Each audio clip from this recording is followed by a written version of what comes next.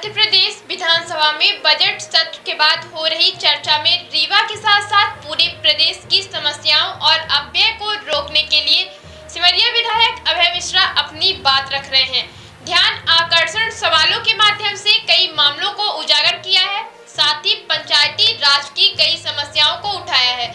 इसी कड़ी में अभय मिश्रा ने पंचायत ग्रामीण विकास की कई कमियों को उजागर किया। अभय मिश्रा ने कहा कि बहुत सारा बजट ऐसे विभागों को दिया गया है जहां कोई कार्य ही नहीं हो रहा। अगर वही बजट पंचायत के लिए आ जाए, ग्राम सुदूर सड़क के लिए दे दिया जाए तो विकास हो।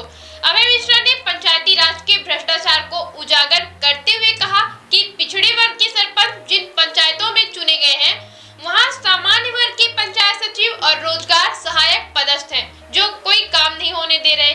उनके खाते में पैसा डंप है। इतना ही नहीं, एक इंजीनियर 15 वर्षों से उन्हीं पंचायतों में पदस्थ है, जिसके चलते विकास कार्य नहीं हो रहे।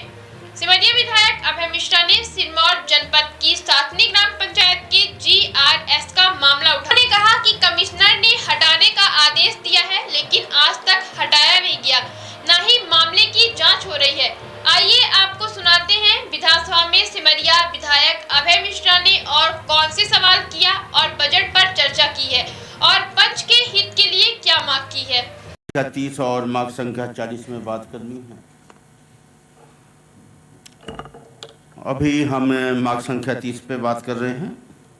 वैसे तो जो आपको करना है करना वही है, क्योंकि वक्त का हर शय गुलाम, वक्त का हर शय पे राज, और वक्त है आपका। अभय जी, ये जो मांग संख्या 18, 30 और 40 है, इसमें 1 घंटा निर्धारित है समय। मुझे अच्छा, यहाँ कुछ ऐसा कुछ कोई जैसे संचालन एवं प्रक्रिया नियम है, ऐसा कुछ तय है क्या कि फला चेहरों को 20-20 मिनट, फला चेहरों को 5-5 मिनट? नहीं, जो शुरुआत करता है उन्हें दोनों तरफ से अधिक समय देते हैं। उसमें भी आरक्षण हो तो हम लोग उसका पालन करेंगे। नहीं है। और अभी जो समय बचा है वो प्रति सदस्य, मैं काफी दिनों के अनुभव के बाद ये बात बोल रहा हूँ। 3 मिनट में आप निर्धारित कर ले क्या क्या प्रमुख चीज है वो बताइएगा। कोई इतना जरूरी मुझे नहीं लगता, अगर आपको आपत्ति हो तो मैं बैठ भी सकता हूँ। नहीं, 3 मिनट है सभी के लिए। अच्छा, माननीय हमारे मंत्री जी यहाँ बैठे हुए हैं, हम उनको ध्यान रख करके बात कर रहे हैं। हम 2 चीजें हम बार बार कहा करते हैं कि एक तो हम लीकेज को रोकें, अपव्यय रोकें, और दूसरा हम सार्थक व्यय करें। ये जो केंद्रीय किचन सेट रिवाइड वगैरह है, ये मुझे समझ में नहीं आती, लेकिन परंपरागत तरीके से ये बजट में आ जाता है। माननीय मंत्री जी, आप ध्यान दीजिएगा, ग्रामीण विकास, ग्रामीण यांत्रिकी सेवा में आपने 265 करोड़ रुपए दिया है। इसमें 1 करोड़ अगर इसको भाग दे दे तो 1 वर्ष में 1 करोड़ रुपए प्रति विधानसभा नहीं आ रही है। और आपने उस दिन जब एक आया था कि अनुपात को लेकर गड़बड़ी हो गई है, शहरी क्षेत्रों के आसपास ज़्यादा पक्के काम हो गए, अनुपात बिगड़ गया है, तब आपने घोषणा की थी, उसका ये पत्र भी आया है कि 1 करोड़ रुपए प्रत्येक विधानसभा में सुदूर सड़क के काम करा दिए जाएंगे। जब बजट में है ही नहीं, इसमें जो सुदूर सड़क इसी से करानी है, इसमें 1 करोड़ रुपए नहीं पूछ पा रहा। तीसरी बात आ जाइए,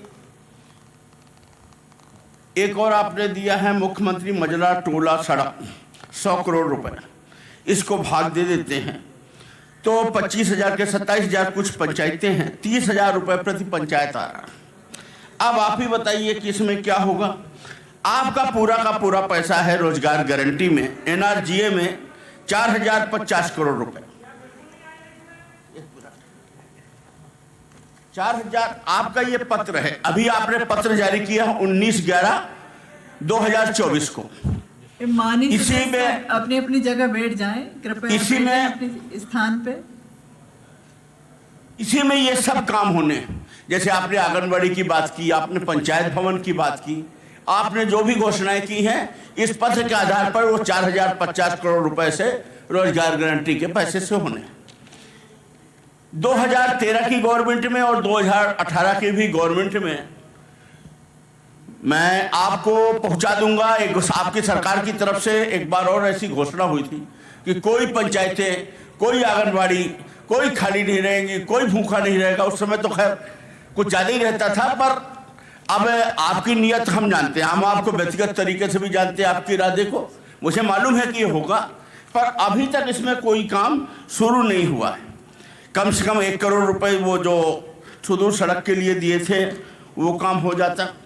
दूसरी सबसे बड़ी दिक्कत है, क्योंकि इसके बाद आपसे मौका नहीं मिलेगा बात करने का सदन में, पंचायतों के जो विवाद है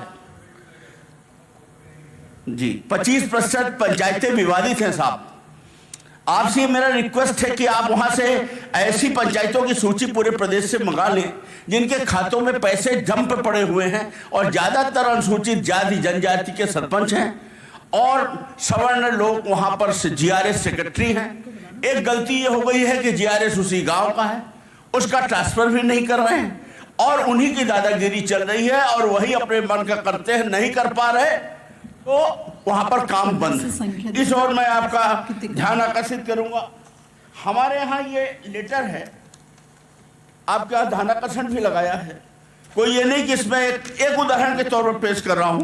कमिश्नर का ये लेटर है कि ग्राम पंचायत सथनी, लिख लीजिए, ग्राम पंचायत सथनी जतनपद पंचायत सिरमौर का जो ग्राम रोजगार सहायक उसको तुरंत पद से वो कर दिया जाए। मतलब वहां एक आदिवासी सरपंच के साथ उसने क्या क्या किया है, आज तक कोई कार्रवाई नहीं। ऐसी स्थितियों में हम पंचायतों का कैसे मान पाएंगे कि हम आगे बढ़ पाएंगे। एक ही इंजीनियर 15 वर्ष से हमारे यहाँ एक मरावी करके इंजीनियर है, वो मंडला का है, वो बेचारा इतना सीधा है कि उससे जो चाहे वो हाथ पकड़ के दस्तखत करा ले और उसको लोग हटने नहीं दे रहे क्योंकि सब गलत मूल्यांकन में उससे दस्तखत करा लेते। कम से कम ये नियम हो कि 5 वर्ष से अधिक एक ही इंजीनियर एक ही जगह पर, जब तक आप यहां से पॉलिसी मैटर नहीं बनाएंगे, आपकी पॉलिसी हम एक चीज हम रोड लाएंगे, आप कहां तक किसकी सुनेंगे। आप रिसर्च एंड एनालिसिस, मैं तो पूरी बजट के लिए कहता हूं कि डॉक्टर मोहन यादव नए मुख्यमंत्री बने हैं, काफी दिनों बाद एक नया चेहरा, नया शासक आए हैं, कुछ नया होना चाहिए। ये जो हम, मैडम थोड़ा बोलने दीजिए ना। नहीं, 4 मिनट नहीं हो गया आपका। मैं ये कह रहा हूं कि थोड़ा सा किसी एजेंसी को देकर एक सही प्लानिंग में अगर काम हो जाता तो ज्यादा अच्छा होता। अब आ जाइए, मैं इसकी बात कर रहा हूं, पंच की, पंचायत की। इसमें आपने जो सर पैसे दिए हैं 69 करोड़ रुपए मात्र जो मानदेय दिए हैं पंचायत पदाधिकारियों को। आपने हमारे प्रश्न के उत्तर में कहा था कि पंचों को बराबर मिल रहा है। उसके बाद आपका एक पत्र हम लाए थे जिसमें 50 रुपए आपने दिया था। अधिनियम में 100 रुपए, जब 1993 में दिल्ली में अधिनियम बना उसमें 100 रुपए उसका अधिकार लेख है। सरपंच, जनपद सदस्य, जिला, इनका कुछ लेख नहीं था। धीरे धीरे पे एक परंपरा बनी, इनको मिलने लगा। 100 रुपए उनका अधिकार है। अगर हम 100 रुपए देते हैं तो उनको कम से कम 68 करोड़ रुपए चाहिए और आपने कुल 69 करोड़ रुपए दे रखा है और उसमें आपके जनपद भी हैं, सरपंच भी हैं, जिला भी हैं, सब हैं। ये कैसा भ्रमजाल है। कम से कम पंचों को देखिए, मैं 2 बातें करूंगा मैडम, 1 मिनट, मैं 2 बातें करूंगा। मैं पंचायती राज से मेरा उद्भव हुआ है, मैं जनपद अध्यक्ष था, मैं जिला पंचायत अध्यक्ष था। मैंने देखा है पंचायती राज में, साहब आपको लगता होगा ये जिला पंचायत है, ये जनपद अध्यक्ष किसी काम का नहीं। मैं आपको सही बता रहा हूँ, मैं तो खुद ही रहा हूँ जनपद अध्यक्ष। जनपद अध्यक्ष और जिला पंचायत अध्यक्ष जैसे वो बन जाता है वो टिकट ढूंढने लगता है, नीचे कुछ नहीं। सरपंच जैसे बन जाता है वैसे वो वेंडर हो जाता है, वो भी अपना 5 साल के लिए कॉन्ट्रैक्ट हो गया। एक ही आदमी है जिसके पास वोट है साहब, 50 वोट घर पे, वो है पंच। और पंचों की समितियां हैं हर ग्राम पंचायत में और उन समितियों के माध्यम से हम काम नहीं कर रहे, हम पंचों को कुछ दे नहीं रहे। जब तक हम पंचों को नहीं पकड़ेंगे, उनको हम मजबूत नहीं करेंगे, जो आप चाह रहे हैं कि लाइनअप हो जाए चीजें, वो हमारी लाइनअप नहीं हो पाएंगी। हम अब एक ये जो कटौती प्रस्ताव है, मैं अंतिम लाइन पढ़ के बंद कर रहा हूं। कटौती प्रस्ताव में साहब मैं ये मान के चलता हूं कि जो बुक आपने दी है इसके अनुसार निश्चित रूप से कुछ पालन होगा तो हम लोग काम होंगे। हमने बाकायदे मेहनत करके एक कटौती प्रस्ताव लिखा है। पंचायत विभाग में हमने लिखा, वैसे आपके पास तो ये पुस्तक आई जाएगी।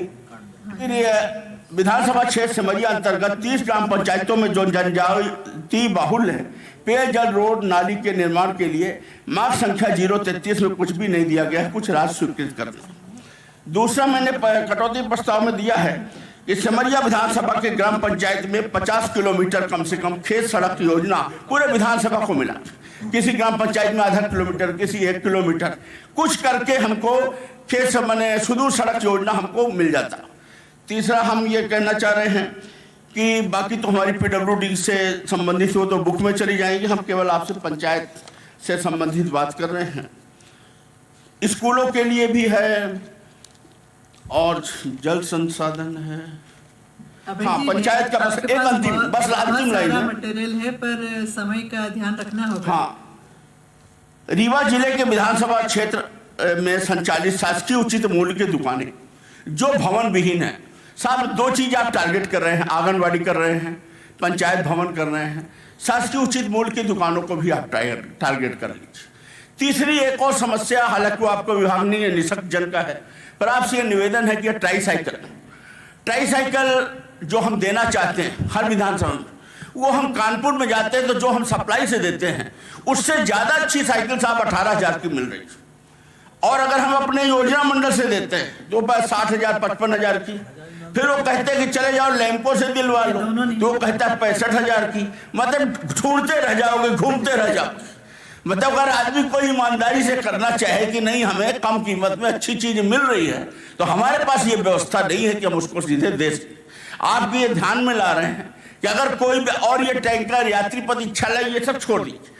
तीसरा मैं ये कर रहा हूँ, ये जनसंपर्क में जब आपका काम इतना अच्छा है तो 600 करोड़ हर वर्ष देने का क्या मतलब? जनता वैसे ही आपकी वाह कर रही। अच्छा, 600 में 300 दे लीजिए, 300 बचा लीजिए। 300 करोड़ में अगर आप 1,00,000 2 लाख रुपए विधायकों की तनख्वाह बढ़ा दीजिए और 2 लाख, कम से कम 1 करोड़ रुपए भी आप उनका सालाना वो बढ़ा दीजिए, उनकी जो भी निधि है, तो ये कुल 300 करोड़ में वो विधायक लोकप्रिय हो जाएगा। छोटा काम साइकोलॉजिकल तो है, क्या आदमी कोई किसी को कर लेता है? कोई भी नेता आज तक किसी का परिवार चला पाया है कि आदमी अपनी मजदूरी से पलता है? पर मनोवैज्ञानिक रूप से उस हर व्यक्ति को लगता है इसने मेरी मदद की, इसने मेरी मदद की।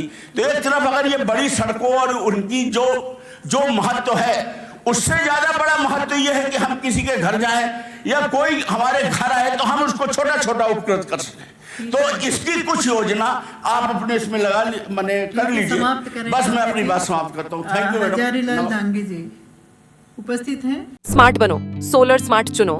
प्रधानमंत्री सूर्य घर योजना 78,000 की सब्सिडी के साथ राजकिरण इंटरप्राइजेस से सोलर अपनाओ, बिजली के बिल की परेशानी से निजात पाओ। राजकिरण इंटरप्राइजेस, हमारा पता है जॉन टॉवर, कॉलेज चौराहा, रीवा। हमसे संपर्क करें 62 60 23 65 07 88 39 74 77 11 88 27 57 71 00।